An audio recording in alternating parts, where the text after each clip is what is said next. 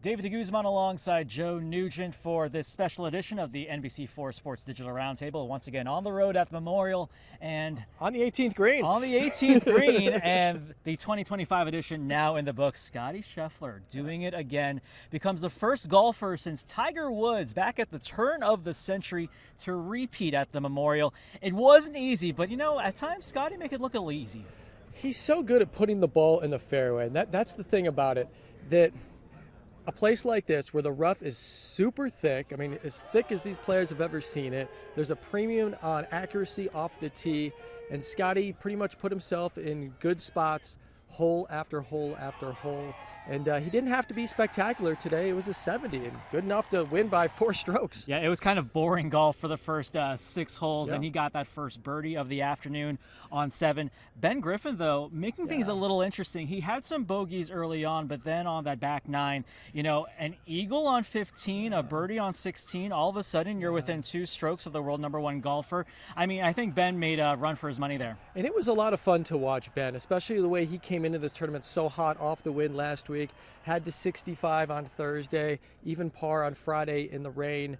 In the final group here on Sunday, and he was trailing basically the whole way, but he still had fun. Like, you could see him smile at times. And, there were also times where it was an extremely ugly situation. 11, for example, he was chipping for eagle. That almost dropped. Short birdie putt, missed it. He had to settle for a par, and Scotty birdied that hole. So that was a big turn. That was basically a 2-shot turn. And Ben, he keeps his calm. He's an easy guy to root for. He's a fun guy to watch. You can tell this doesn't get to him too much. It's not too big for him.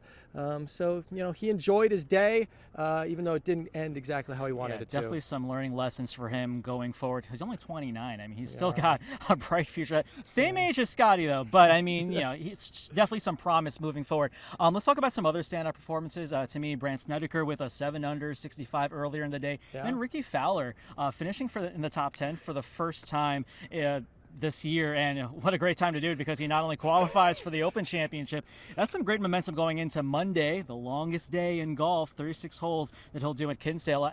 Of those, and any others stand out to you on this final day? Well, yeah, I mean, Ricky for sure. I mean, really impressive what he was able to do. This is a guy who loves this tournament. This is a 16th straight year that Fowler came to Muirfield Village to play, and always had a lot of support here. So it was good to see him play well, come down here, play the 18th green with this place packed, toward the end of the day, being in one of the final groups. So cool for him. It was also neat to see Sepp Straka again. Yeah.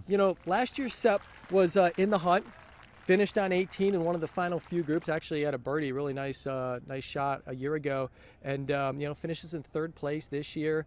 Similar situation, in one of the final few groups. It feels like it might be just a matter of time before he breaks through here. He's knocking on the doorstep for sure. Yeah. Let's circle back to Scotty to wrap up.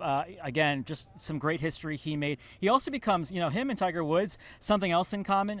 The only 2 golfers to win the Memorial and a major in multiple years in the same year. So, I mean, some great history, some great things that those 2 have in common. What do you think this win does for him in terms of his overall legacy? Well, I think his legacy, it feels like his legacy is going to take another step here in 2 weeks at Oakmont. I mean, the fact that he won the PGA Championship 2 weeks ago, he came here and won this course, which was very similar to a U.S. Open setup. I would say probably the greens will be the only difference at Oakmont. The rough is probably exactly the same, but these greens were fast. They're going to be a hair quicker at Oakmont. So at this point, he's the clear favorite to add yet another major to his resume. And now he puts himself in position, by the way, you talk about Tiger Woods, he puts himself in position to become only the 2nd player to win 3 in a row here. Tiger did it in 99, 2000, 2001. Scotty is going to have to come back next year to try to match that. A lot of things to look forward to. The U.S. Open in a couple of weeks. You can watch that, by the way, on NBC4. And then, of course, next year, we'll see if Scotty can make some history. But that will do it for now. For Joe Nugent, I'm Dave DeGuzman. The 2025 Memorial in the books. We'll see you next year.